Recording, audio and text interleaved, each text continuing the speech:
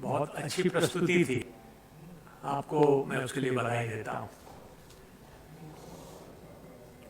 श्री रजनीश सिंह जी।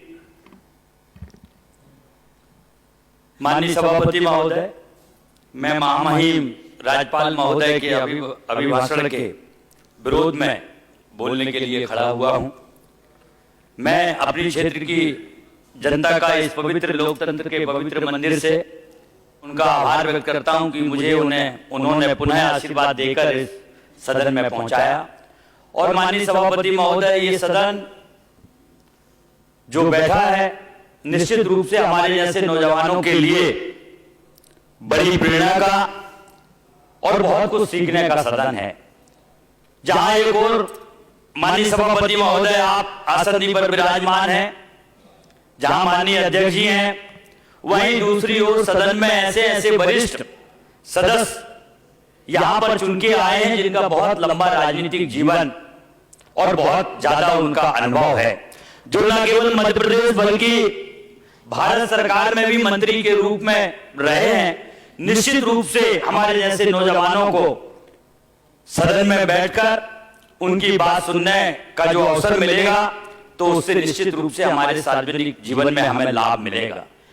पर यह तब संभव होगा माननीय सभापति महोदय जब ये विधानसभा लंबे समय तक चलेगी, इसकी समय सीमा बढ़ाई जाएगी। ये हफ्ता 12 दिन 15 दिन तक बिल्कुल चले और हर विषय पर विस्तृत चर्चा हो, तब जाकर आने वाली पीढ़ी को हमारे वरिष्ठ सदस्यों से ज्ञानवर्धन हो पाएगा। बड़ी प्रसन्नता है कि सदन में हमारे संसदीय कार्य मंत्री के रूप में आदरणीय कैलाश विजयवर्गीय जी बैठे हैं। भारत सरकार में और देश में इनको कार्य करने का अनुभव है। आदरणीय प्रहलाद पटेल जी, आदरणीय राव उदय प्रताप सिंह जी, अभी माननीय गोपाल भार्गव जी बैठे थे, लगातार 9-9 10-10 बार से चुन के आए हैं। हम लोगों के लिए तो शोध का विषय है माननीय सभापति महोदय, और हम अपने आप को बड़ा सौभाग्यशाली मानते हैं। सम्मानित सीतारमण शर्मा जी, आप स्वयं, आदरणीय राहुल भैया जी, माननीय कमलनाथ जी, पूर्व मुख्यमंत्री शिवराज सिंह चौहान जी और वर्तमान हमारे मुख्यमंत्री आदरणीय डॉक्टर मोहन यादव जी, जिनके साथ हम ये कहें तो अतिशयोक्ति नहीं होगी कि 2013 में सब हम लोग साथ चुनकर माननीय सभापति महोदय आए हुए थे। तो निश्चित रूप से सदन बड़ा गरिमामयपूर्ण है। मैं तो इस सदन में अपनी बात रखने के पूर्व ये कहूंगा कि सिया राम मैं सब जग जानी और करहूं प्रणाम जोर जुग पानी। यथा योग सदन में बैठे हुए, चाहे सदन के अंदर, चाहे आप स्वयं आसंदी पर विराजित हैं, चाहे अधिकारी दीर्घा में, चाहे दर्शक दीर्घा में, चाहे पत्रकार बंधु जो भी सदन में यहां मौजूद हैं, मैं सभी को यथायोग प्रणाम कर मैं अपने क्षेत्र की बात को प्रारंभ करता हूं। माननीय सभापति महोदय, आज अन्नदाता किसान भाइयों के लिए रबी की फसल में 2 चीजों की महत्वपूर्ण आवश्यकता है। अंतिम चरण में किसानों के काम चल रहे हैं, एक सिंचाई में और दूसरी बिजली की। जहां जहां बांधों से, नहरों से, कैनालों से सिंचाई होती है, वहां पर अंतिम पानी की रबी की फसल में जरूरत है। पर माननीय सभापति महोदय, मेरे जिले में और विशेषकर मेरी विधानसभा में एशिया का सबसे बड़ा मिट्टी का बांध संजय सरोवर है, जिसमें लगभग 2.5 लाख हेक्टेयर जमीन सिंचित होती है। 2.5 लाख एकड़ जमीन सिंचित होती है, जिसमें एलबीसी, आरबीसी, टीएलबीसी ऐसी नहरों का विस्तारीकरण है। माननीय सभापति महोदय, मैं भारत सरकार के पूर्व केंद्रीय मंत्री जब मंत्री थे और हमारे सिवनी जिले से जिनका नाता था, सम्मानीय श्रद्धेय श्री प्रहलाद पटेल जी सांसद भी रहे हैं हमारे जिले के किसी समय पर। जब वो मंत्री थे, उन्होंने इसका सीमेंट कंक्रीटीकरण का पैसा भी स्वीकृत कराया। मुझे प्रसन्नता है कि मध्य प्रदेश के सिंचाई मंत्री जी तुलसी सिलावट जी ने, माननीय मुख्यमंत्री जी ने उसको एजेंडे में भी लिया, पर अभी उसके टेंडर नहीं लगे। पर उसकी नहर 40 साल की जीर्णशील की हालत में हो गई है। मैं इस स्वीकृति के लिए उनका आभार व्यक्त करता हूं और ये अपेक्षा रखता हूं कि जल्द से जल्द उसके टेंडर लग जाए, ताकि यही 1.5 महीने के बाद अप्रैल और मई और जून 2 महीने 3 महीने का अवसर मिलेगा, उसमें जितना भी केनालों का काम हो जाए। लंबी योजना है, समय ज्यादा लगेगा, क्योंकि हर साल किसानों को उसी नहरों से पानी देना है। माननीय सभापति महोदय, आज ये स्थिति है, तालाब में पानी है, पर माननीय सभापति महोदय सरकारी अमला बराबर नहीं है। आज एक जो सब इंजीनियर है, उसकी मूल प्रतिस्थापना सब इंजीनियर में है। वो सब इंजीनियर का भी काम देख रहा है, वो एसडीओ का भी काम देख रहा है, वो अतिरिक्त और अन्य जगहों का प्रभार भी देख रहा है। सी भी वही है, ऐसे भी वही है। आज एक एक अधिकारी पर 4-4 विभागों का अतिरिक्त प्रभार है, और एक ब्लॉक का नहीं। अगर वो सीओ है, अनुविभागीय अधिकारी है, तो वो एक ब्लॉक का नहीं है, पता चलता है कि वो 3-3 ब्लॉकों का सीओ है। ऐसे में कैसे हम विकास की ओर आगे जाएंगे? कैसे हम सरकार की मंशा के अनुरूप काम कर पाएंगे? कैसे हम हमारी विधानसभा में हमारे जनमानस को हम न्याय दिला पाएंगे? कैसे उनके हम काम कर पाएंगे? सरकार नियुक्ति करे, सरकार भर्तियां खोले। आज आउटसोर्स का विषय है, आउटसोर्स से भर्ती की जा रही है, पर लाइनमैन तो लाइनमैन का ही काम करेगा, उसका अपना एक अनुभव है। आज बिजली की स्थिति देखें हम, तो वहां पर भी 25-25 गांव में एक ही लाइनमैन है। आउटसोर्स से नए लोगों को रखा गया है, पर उनका इतना भारी अनुभव नहीं है, जिससे कि आए दिन दुर्घटनाएं घटित होते रहती है। या तो सरकार आउटसोर्स शब्द लगा कर उन्हीं को नियमित कर दे, तो ताकि उनको भी उनका भविष्य सुरक्षित रहे, और उनको अच्छा प्रशिक्षण देकर और उनको काम की जिम्मेवारी सौंपी जाए।